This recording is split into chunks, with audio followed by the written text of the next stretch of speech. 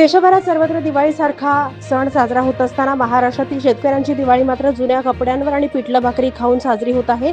अतिवृष्टी आणि सततच्या पावसानं महाराष्ट्रातल्या शेतकऱ्यांची पिकं उद्ध्वस्त झालेली असताना पुन्हा सीना नदी आणि भीमा नदीमुळे आलेल्या पुरामुळे नदीकाठच्या शेतकऱ्यांच्या पिकासह जमिनीची माती वाहून गेली आहे. नदीकाठच्या शेतकऱ्यांना बेघर व्हावं लागलेलं आहे.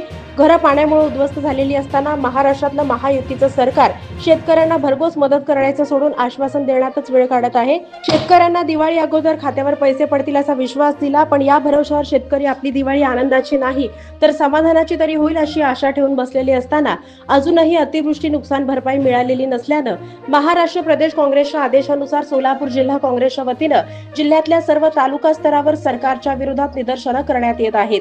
याच पार्श्वभूमीवर दक्षिण सोलापूर तालुका काँग्रेस समितीच्या वतीनं तालुका अध्यक्ष भीमाशंकर जबाबदार यांच्या नेतृत्वाखाली जिल्हा पदाधिकारी यांच्या उपस्थितीत सोलापूर तहसील कार्यालयासमोर पिठलं भाकरी खात महाराष्ट्र सरकारच्या विरोधात घोषणाबाजी करत यावेळी तालुका अध्यक्ष भीमाशंकर जबाबदार, जिल्हा सचिव मोहम्मद शेख यांनी सरकारनं शेतकऱ्यांची दिवाळी पिठलं भाकरी खाऊन केली आहे. सरकारमधल्या मंत्री सत्ताधारी पुरणपोळी खात आहेत. शेतकऱ्यांना त्वरित मदत करण्याचं आवाहन त्यांनी केलंय. यावेळी जिल्हा सरचिटणीस संजय गायकवाड, जिल्हा उपाध्यक्ष राधाकृष्ण पाटील, ज्येष्ठ नेते रावसाहेब वनमाने, जिल्हा उपाध्यक्ष अशोक देवकते, जिल्हा कार्यकारिणी सदस्य असलम शेख, मद्रेचे गेनसिद्ध मोठे, श्रीशल रणखांबे, मुस्ती विकास सोसायटीचा रविकरण मेहता, युवराज कापसे यांच्यासह काँग्रेसचे पदाधिकारी उपस्थित होते.